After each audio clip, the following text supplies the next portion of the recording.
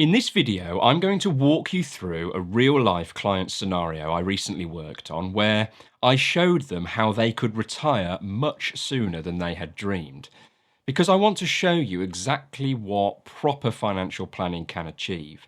You see, I'm a financial planner, but what is that? What even is financial planning? You've heard of financial advisors, and no doubt you've got a preconceived idea of what they do, and you're probably right. When people think of financial advisors, it's usually some old dude that arranged their pension. But financial planning is about so much more. What you've got to remember is people invest money for a reason. To retire early, to send their kids to uni, to pay for their daughter's wedding, that holiday of a lifetime. Lots of people never truly stop for long enough to sit and think about what it is they really want to achieve. And my job is often about getting people to think in this way.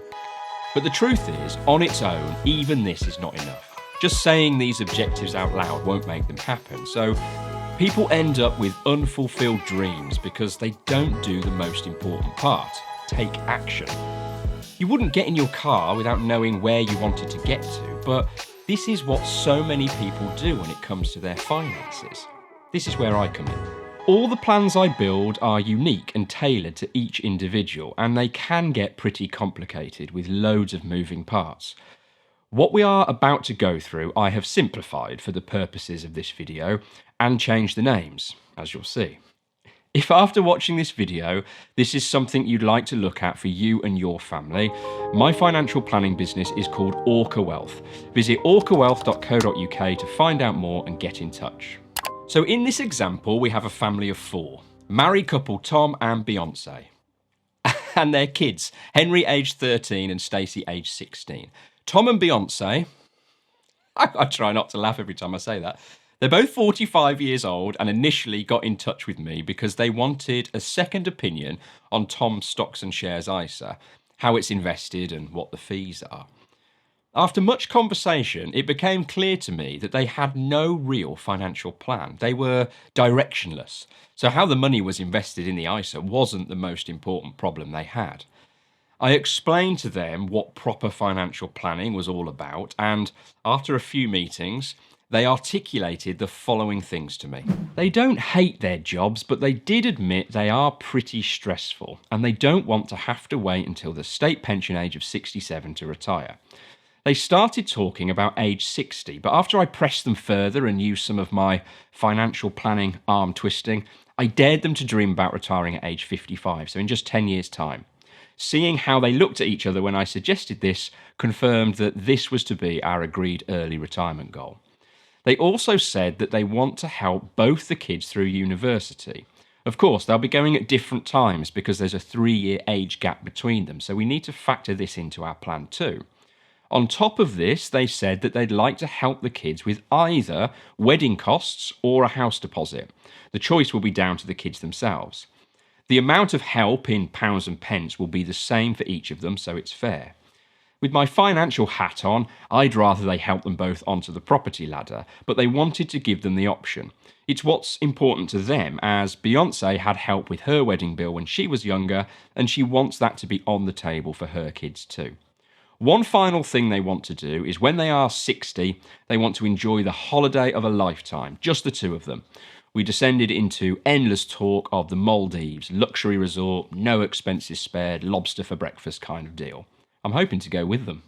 So that's the wish list. Now my job is to work out, is this stuff all possible? And if it is, how can I show them this is possible? Give them something tangible to look at rather than just my say-so. So they'd have the confidence and peace of mind to actually do it. What do they need to do or maybe change about what they are doing now to make this dream scenario with all its moving parts a reality? Crucially, how much money do they need in the pot? Exactly how much is enough and how do they get there? Well, let's start by looking at the current situation. Tom and Beyonce are both employed. Tom earns 80k a year and Beyonce earns 30k, so a joint gross annual income of £110,000 currently. They have 15k in cash savings, this is their emergency fund, and Tom has also built up a stocks and shares ISA in recent years, which is now worth 75k. This is what they initially came to me about, if you remember. I've had a look at it and it's invested in a fairly balanced, middle of the road investment portfolio, although it's a slightly odd mix that can definitely be improved upon. So we can solve this too once we've got a plan in place. They own their own home and have been overpaying on their mortgage for a long time, so much so they've actually cleared it and therefore own it with no debt. A lot of their wealth is tied up in the house. It's worth £560,000. Sounds good, doesn't it? But if you think about it, it's actually not helpful for retirement planning necessarily because it's so illiquid. The only way this may become useful from a retirement planning point of view is if they downsize or use equity release in the future, something we could discuss. Tom has a personal pension worth £230,000 that has been accumulated throughout his working life, and Beyonce also has a personal pension worth £110,000.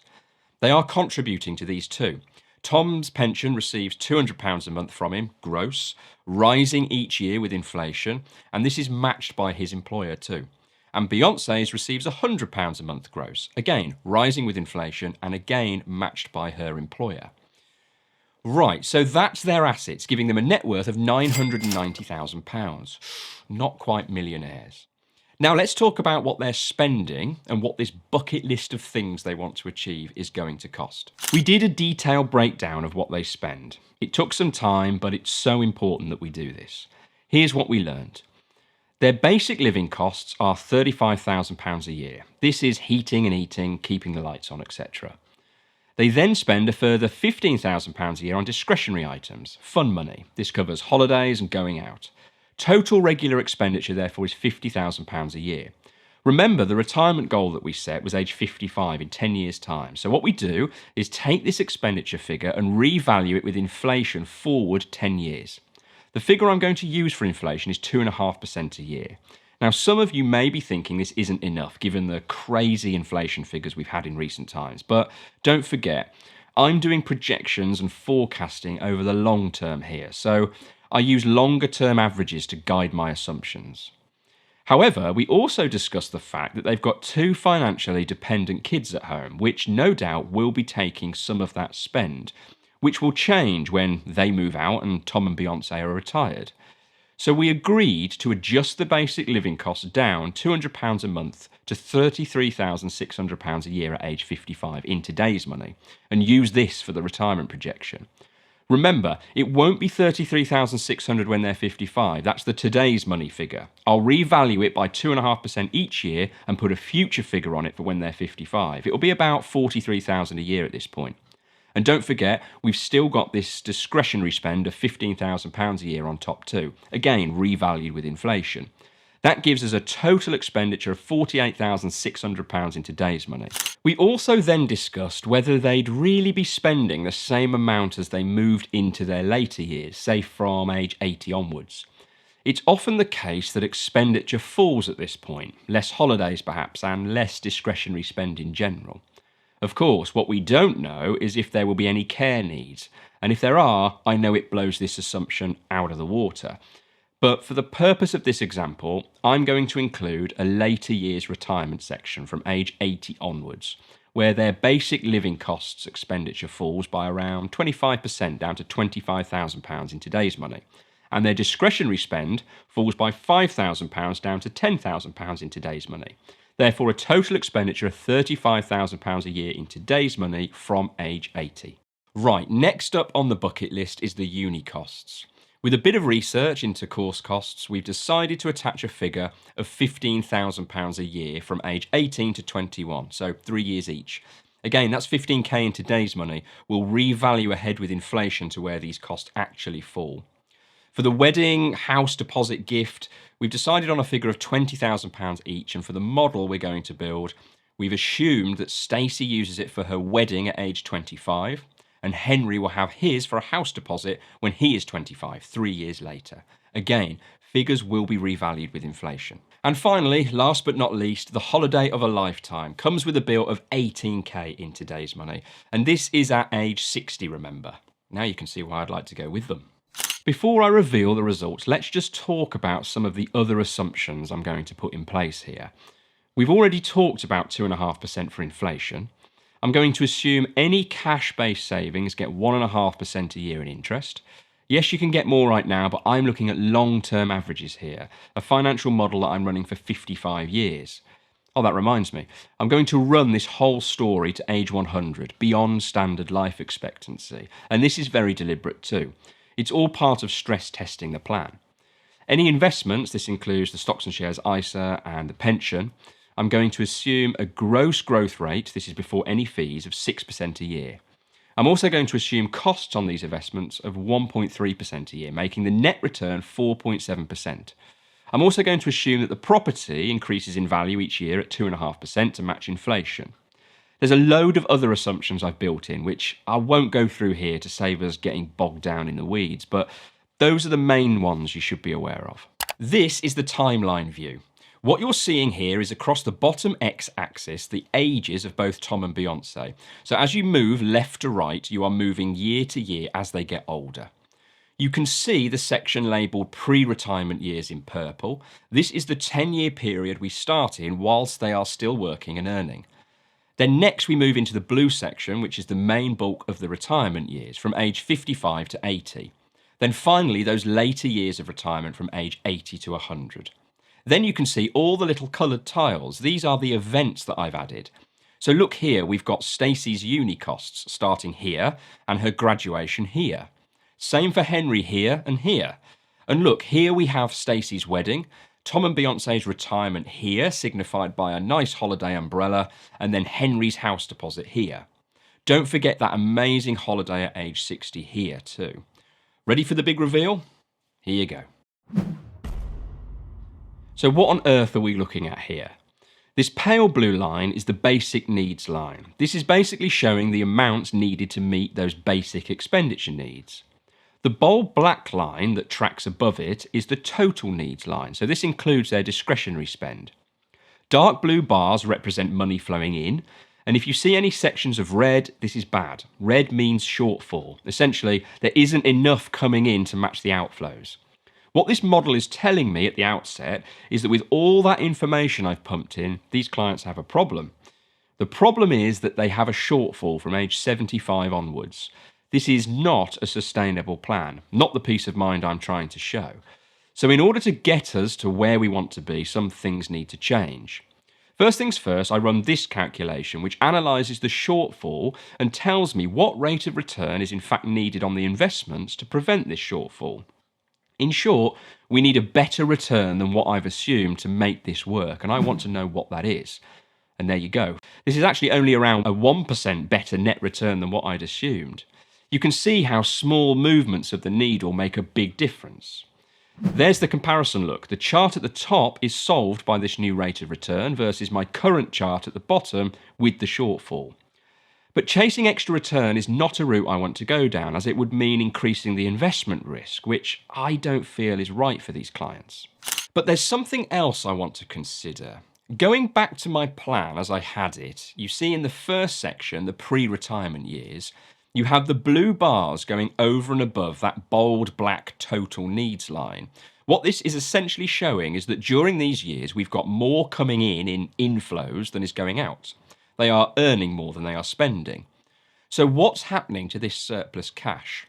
Well, currently I have it set to just accumulating cash, but I want to change that.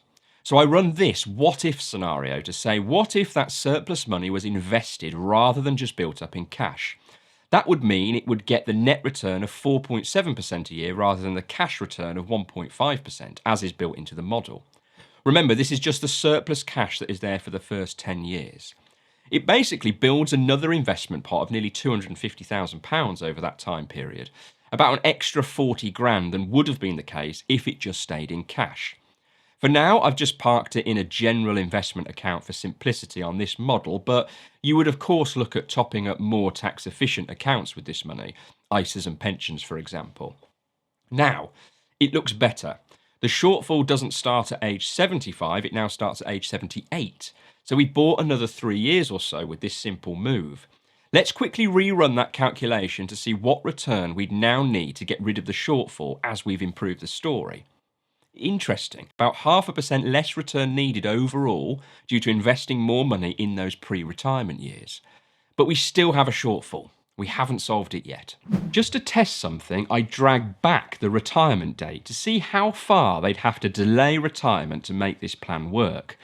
The answer is 2 years to age 57, presuming they invest the surplus money in their working years, as we discussed before. So they'd still be very happy with this outcome and are retiring still much earlier than they thought possible.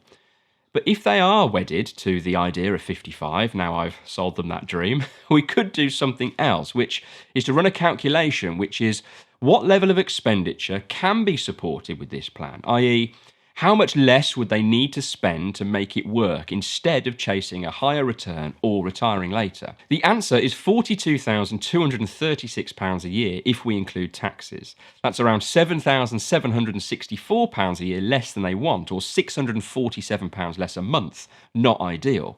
But at least this starts to give us some things to consider. Lower your lifestyle by £647 a month, or retire 2 years later. Which do you prefer? Don't forget, there's always downsizing or maybe even equity release on the house to consider. Hopefully you can see what this conversation can do. I've only really scratched the surface here today, and I have a feeling this video is already pretty long, so I'm not going to run any more variations. After all, I've got to keep some tricks up my sleeve, haven't I?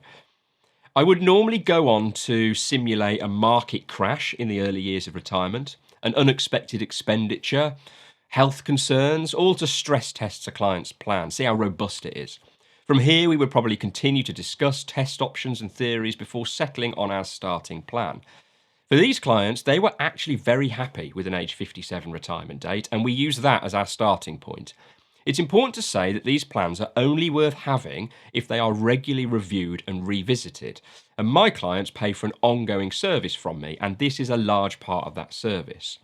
Most people stumble into retirement and just hope it will work out. But like I said right at the start of this video, you wouldn't get in a car without knowing where it is you are trying to get to. Your finances are no different. Imagine stepping into retirement with your eyes wide open, with a roadmap to travel along and the peace of mind to go out and just enjoy the money. Now that's proper financial freedom. I'll leave a link in the description to my independent financial planning business, Orca Wealth. But if nothing else, I really hope this video has made you stop and think about your own plan. Have you got one?